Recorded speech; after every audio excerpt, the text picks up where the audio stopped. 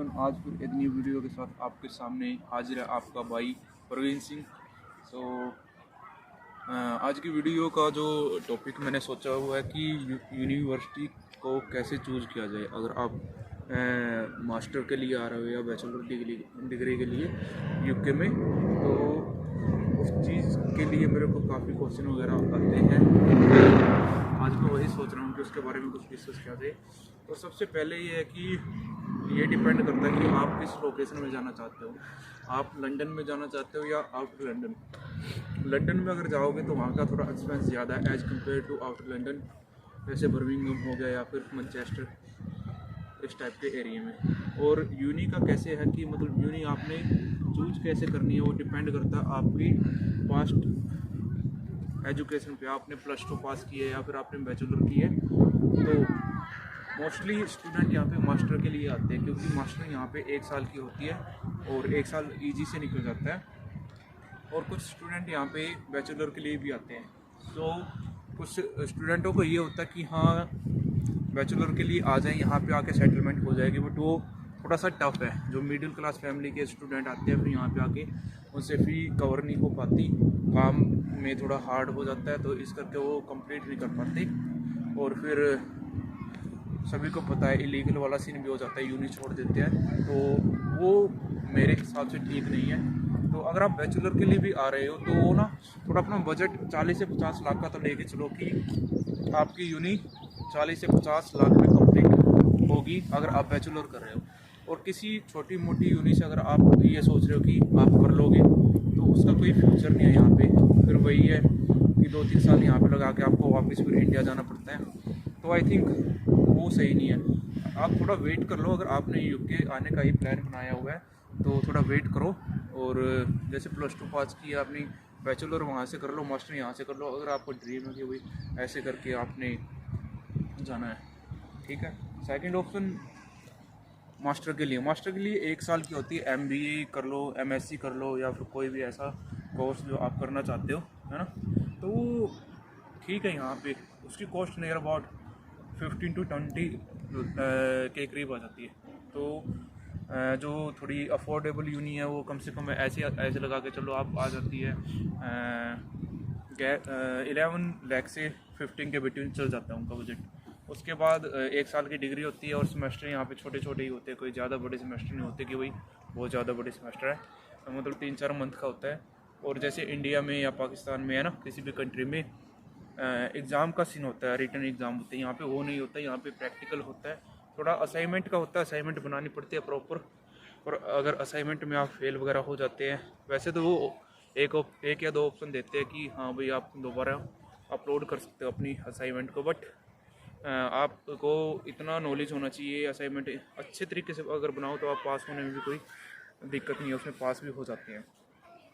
उसके बाद असाइनमेंट का ये है कि आपको अच्छे तरीके से रिप्रेजेंट करनी पड़ती है, अदरवाइज़ अगर फेल हो गए तो अगर सेकंड चांस भी आपका चला गया तो कम से कम 500 से 1000 पाउंड तो नॉर्मली आपको पे करना पड़ेगा दोबारा अपलोड करने के लिए। इवन आपके PSW में भी कोई ना कोई रिस्क हो सकता है। इसके बाद अगर मैं और कुछ इस चीज़ के बारे में बोलना चाहूँ तो मुझे ये लग रहा है कि जैसे मैं यहाँ पे मास्टर प्रोग्राम कर रहा हूँ तो ठीक है, मुझे अच्छा लग रहा है। एनवायरनमेंट अच्छा है, वेदर देखो बस अच्छा है।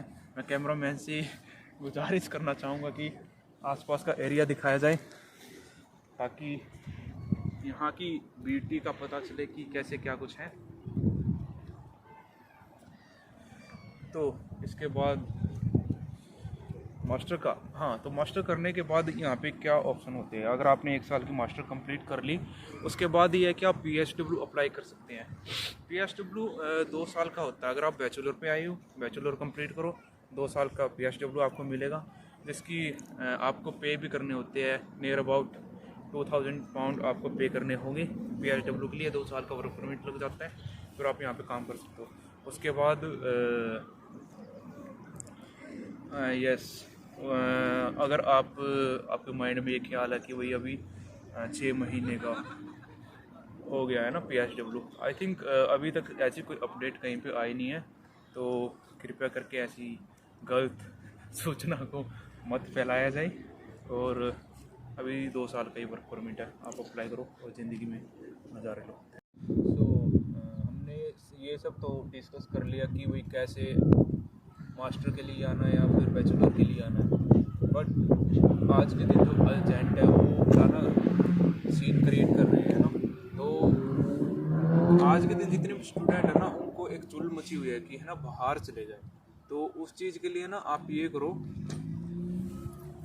आप ना अपना जो भी एजेंट चूज कर रहे हो है ना वो एक अच्छे वे से चूज करो। उससे जाके एक बार ना नॉर्मल डिस्कस करो। बस ये ना हो कि आपको बाहर आना है, ये देखो कि आपको कौन कौन सी यूनि मिलेगी, कहाँ पे यूनि मिलेगी, आपका खर्चा कितना रहेगा, खाने का, रहने का, और एक्स्ट्रा जैसे आपने कहीं पे कुछ खरीदना है, बाहर जाके कुछ भी करना है तो उसका क्या रहेगा। अगर आप प्रॉपर लंदन में जाओगे वहाँ पे तो पूरा एक्सपेंस ही रहेगा और यूनि भी महंगी होगी, रहने का, खाने पीने का भी नॉर्मल ऑफकोर्स महंगा ही होगा। अगर आप आउटर लंदन हो उसमें थोड़ा ठीक हो जाएगा।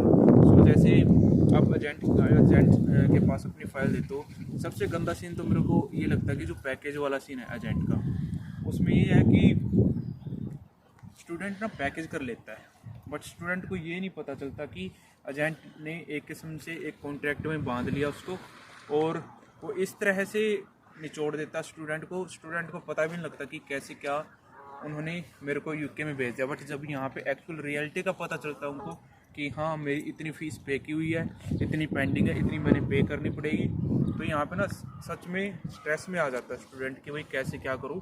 और यूनि का भी फिर प्रेशर होता है क्योंकि जब यहाँ से स्टूडेंट इंडिया से या फिर किसी भी और कंट्री से आता है तो उनको ना नॉर्मली फ़ंड शो करने होते हैं कि हाँ लिविंग एक्सपेंस है मेरे पास, साथ के साथ भी यूनि की भी पूरी फ़ी है। तो उस कंडीशन के लिए मुझे ये लगता है कि आप ना एजेंट से प्रॉपर डिस्कस करो कि कौन सी यूनि है कैसे नहीं, और जितनी भी फ़ी वगैरह भी जो आपने पे करनी है आप एजेंट के थ्रू कर लो, नो डाउट, बट पैकेज मत करो क्योंकि आपने पैसे तो आपने फिर भी देने ही हैं। आप फंड शो करा दो, साथ के साथ में आपकी फ़ी है जो वो कर सकते हो। उसके बाद ये है कि एजेंट पे कुछ भी यकीन ना करो किसी भी चीज़ को लेके, ठीक है, कि ऐसा हो जाएगा वैसा हो जाएगा। अपनी आईडी वाईडी जो भी है, ईमेल आईडी होती है जैसे यूनि से आप है ना ऑफर लेटर मिलता है या जो कुछ भी है, तो उस चीज़ को ना आप ना प्रॉपर माइंड में होना चाहिए आपके कि हाँ मेरे को ये मेल आई है, उसका प्रॉपर रिस्पॉन्स होना चाहिए आपका, ठीक है। अगर आपको ऑफर लेटर आया है आप कम से कम 10 से 15 यूनि में ऑफर लेटर अप्लाई करो ताकि एक आपको ये पता चले कि कौन सी यूनि क्या फैसिलिटी प्रोवाइड कर रही है आपको, आपका रहने का, आपका खाने का, आपको ये प्रॉपर पता होना चाहिए कि मंथली कितना खर्चा हो जाता है। तो उसी हिसाब से आप एजेंट चूज करो और एक ही एजेंट पे मत जाओ, कम से कम 5 से 10 एजेंटों के पास जाओ जो अच्छे हैं और जिन पे आपको ये लगता है कि आपको लाइक एक फीलिंग होती है कि हाँ ये ठीक है, ये मेरी फाइल लगवा देगा। बट एक इस पर्पज़ से मत जाओ कि बस मैं बाहर निकल जाऊँ, तो यहाँ पे आके एक किस्म से ना जाल में फंसने वाला सीन हो जाएगा आपका। तो एजेंट का हो गया और यूनि का हो गया। तो बैचलर के लिए तो मैं यही कहूँगा कि +2 करते बैचलर करने यहाँ पे आने का कोई मतलब मकसद नहीं बनता क्योंकि इतना ज़्यादा खर्चा करना, 40 से 50 लाख पे करना, उसके बाद फिर PhD करना, आप इनकम कुछ जनरेट नहीं होगी। और इवन यहाँ पे जो पार्ट टाइम अगर आप 20 घंटे आप ये सोच रहे हो कि मैं जॉब कर लूँगा इससे इतना अर्निंग हो जाएगी, वो भी नहीं, इतना कुछ खास हो पाएगा। सो आज की वीडियो में इतना, thank you so much, bye bye, tata, love you.